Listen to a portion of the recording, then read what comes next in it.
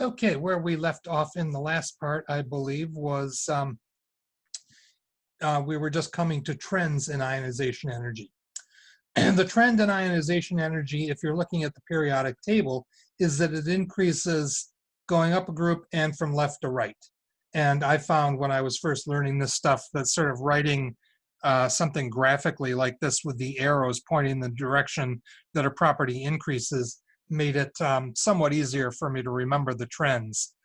Also, you can remember that the elements with the lowest ionization energies of all would be cesium and francium down in the lower left-hand corner of the periodic table.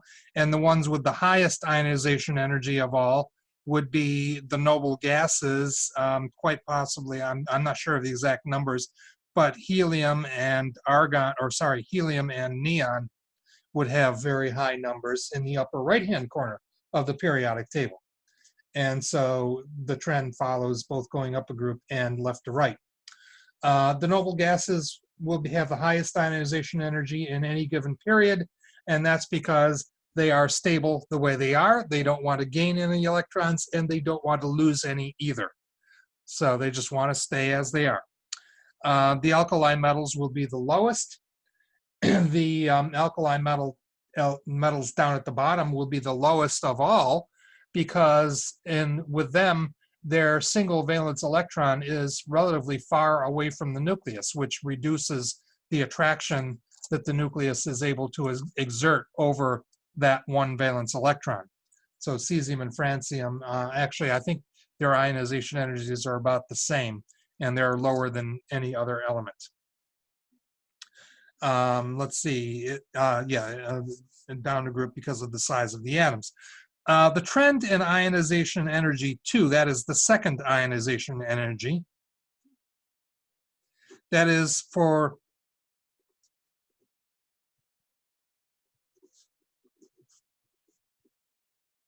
this is for the removal of a second electron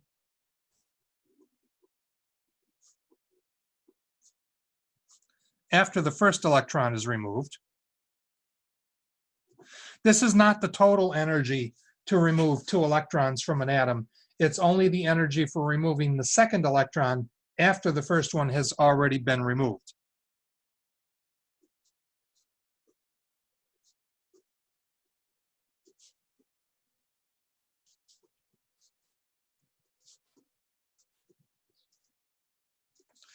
And that, in other words, for going from an ion with a charge of +1 to an ion with a charge of +2.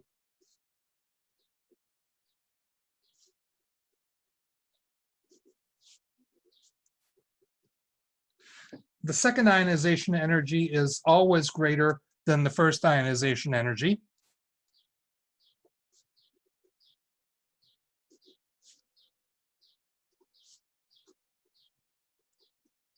But it's not always much greater. That actually depends on the element.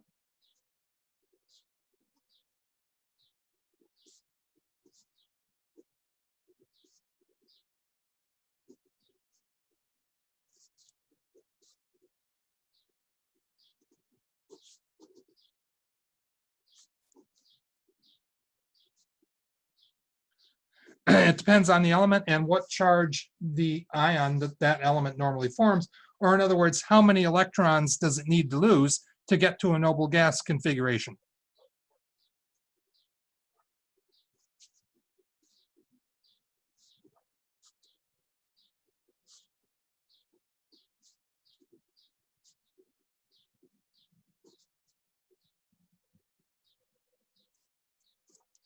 Okay. And so, for example,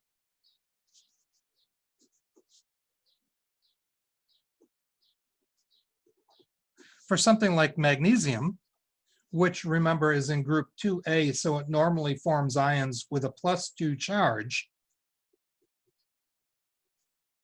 ionization energy 2 is greater than ionization energy 1. But for sodium,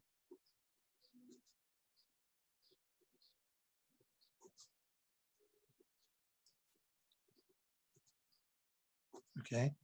For sodium, the second ionization energy is much bigger than the first ionization energy.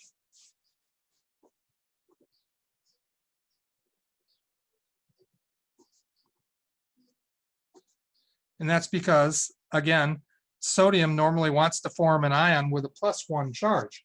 Once sodium has a +1 charge and it's lost 1 electron, it has the same configuration as a noble gas, and it doesn't really want to lose any more.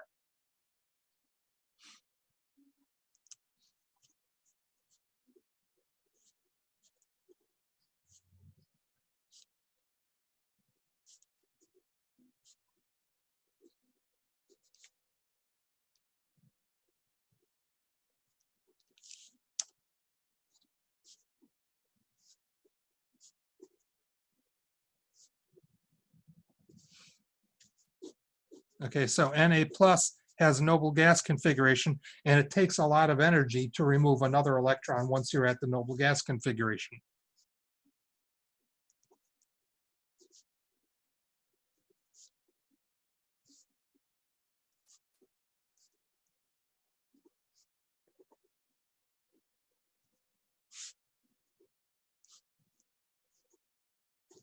On the other hand, magnesium has to lose 2 electrons to get to a noble gas configuration. So when magnesium loses 1 electron and becomes Mg plus, it's not at the noble gas configuration yet, so it's not really stable yet, and it's willing for a small price to lose 1 more electron. And once it loses that second electron, now it's really stable. And for magnesium, the third ionization energy would be much, much greater than the second. That's where the big jump comes from magnesium. So it all depends on, how many electrons it needs to lose to become noble gas configuration.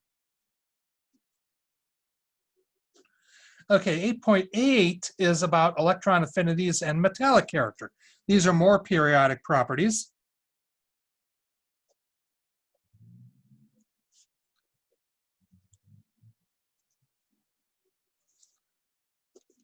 I don't like that one.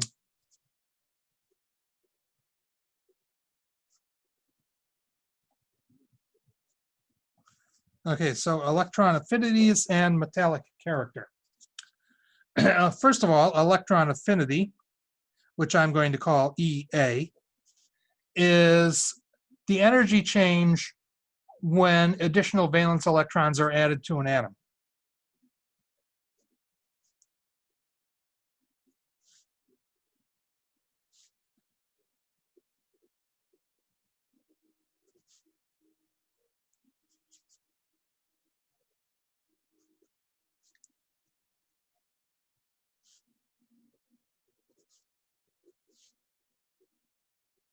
And technically in the gas phase.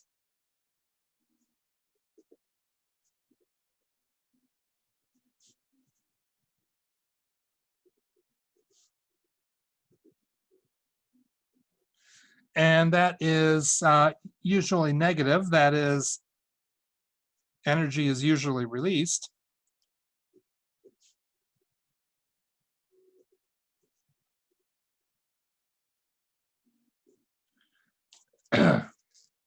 And you can think of this as how willing is the element to accept another valence electron and form a negative ion or a more negative ion.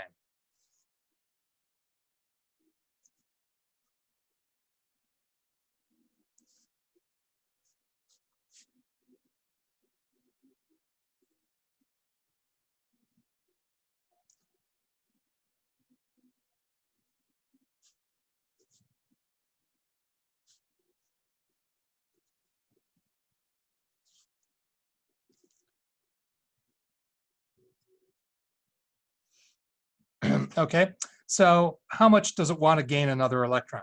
Essentially is what we're talking about here. According to Coulomb's law,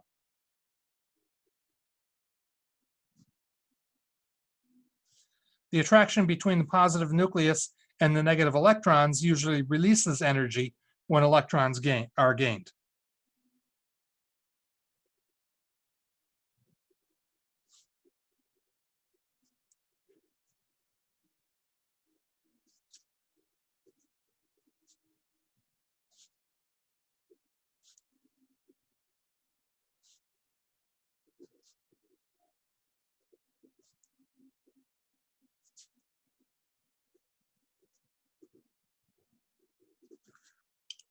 Okay, so normally gaining electrons will release energy, even for metals.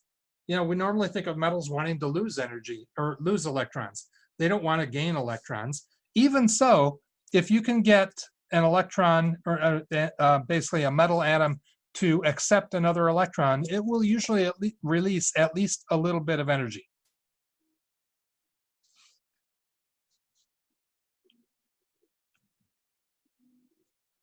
So the electron affinity for chlorine is negative 349 kilojoules per mole.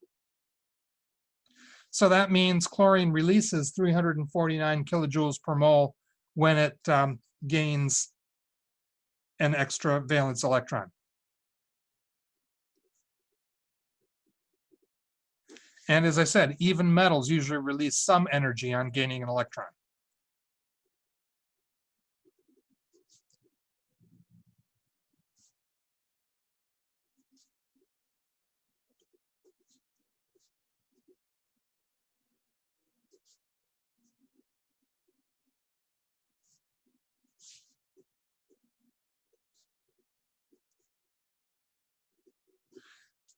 But of course, for metals, it's usually not very much because metals don't really want to gain electrons overall.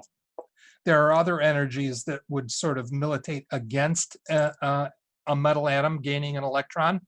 So the energy that it would take to overcome the repulsion of the other electrons in the atom, for one thing, would be something that would be hard to overcome. However, if you manage to overcome it, then the metal atom will release a little bit of energy once the new electron is in the valence shell. But the energy it takes to get that electron into the valence shell will usually be a lot bigger than the energy released once it's there.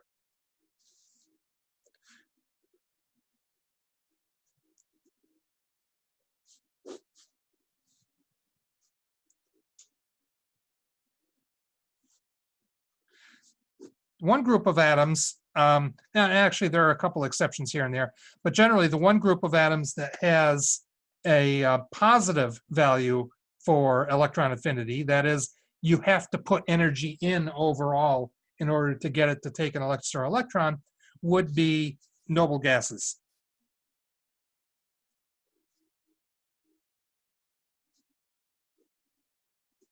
And also beryllium and magnesium.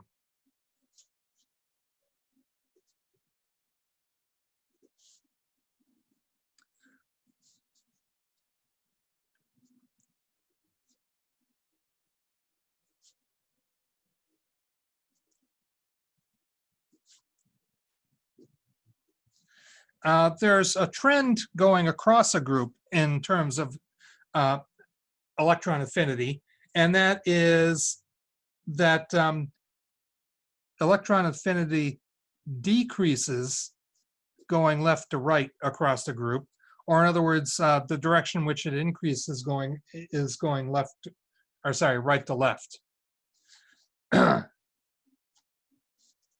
There are lots of exceptions, including the noble gases.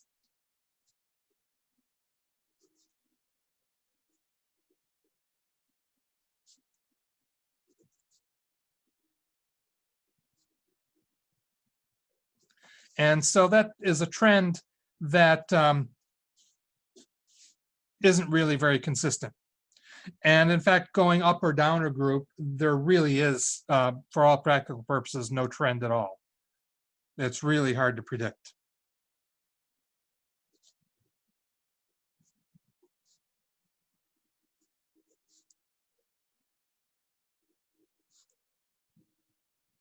And so, in other words, what we're saying is the amount of energy that's released generally, for the most part, increases going left to right. That does make sense because essentially the metals are on the left. They, as we know, don't generally want to gain electrons. They want to lose electrons. And so the amount, it makes sense that the amount of energy released, and releasing energy tends to correspond to spontaneity and things that want to happen. stands to reason that a metal would not release very much energy when you force it to take another electron. On the other hand, elements like, say, fluorine or chlorine, which are way over on the right-hand side of the periodic table, will generally release a lot of energy because they really want to gain another electron.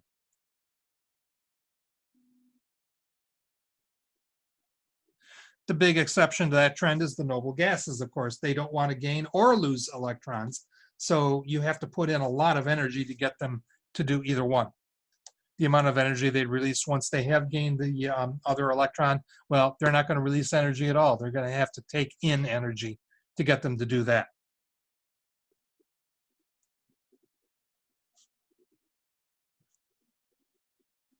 One other property is metallic character.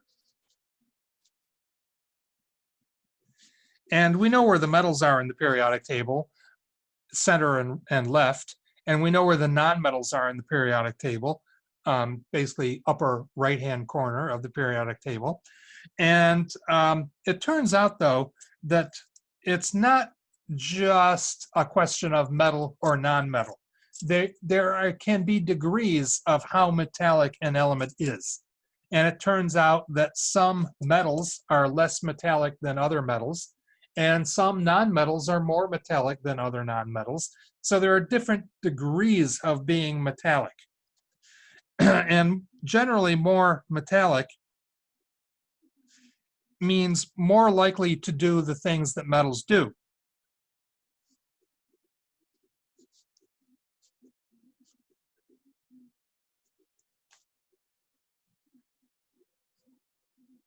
And what do metals do? Well, lose electrons to form cations, for one thing. That's a big one. And so being more metallic generally has to do with how much you're willing to lose electrons. The more willing you are to lose electrons, the more metallic you are. The less willing you are to lose electrons, the less metallic you are. And if you want to gain electrons, then you're really not metallic.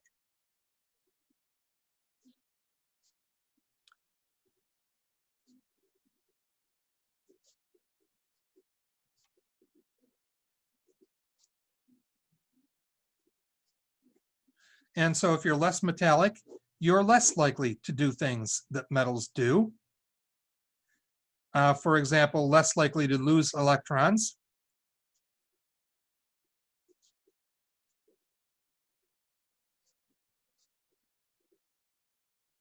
But that also corresponds to being more likely to gain electrons to form an anion.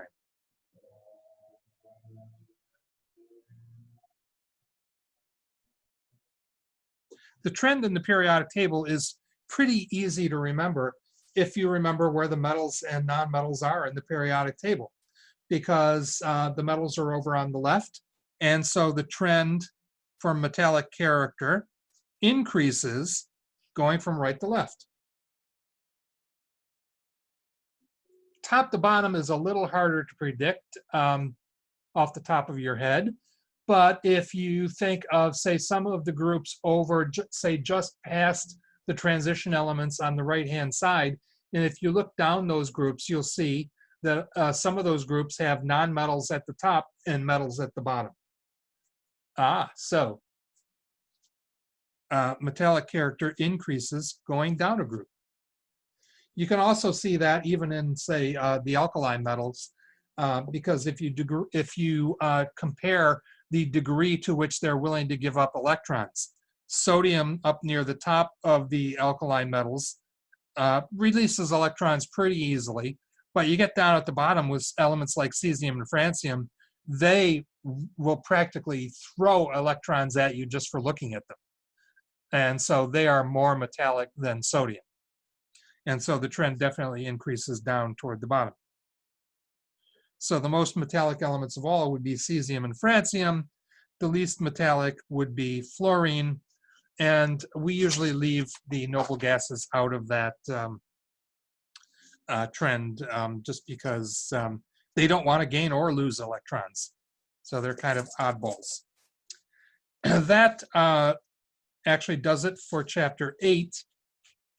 And so I'm going to end this segment of the video here. We went over time on the last one, so we'll go a little under time on this one to compensate.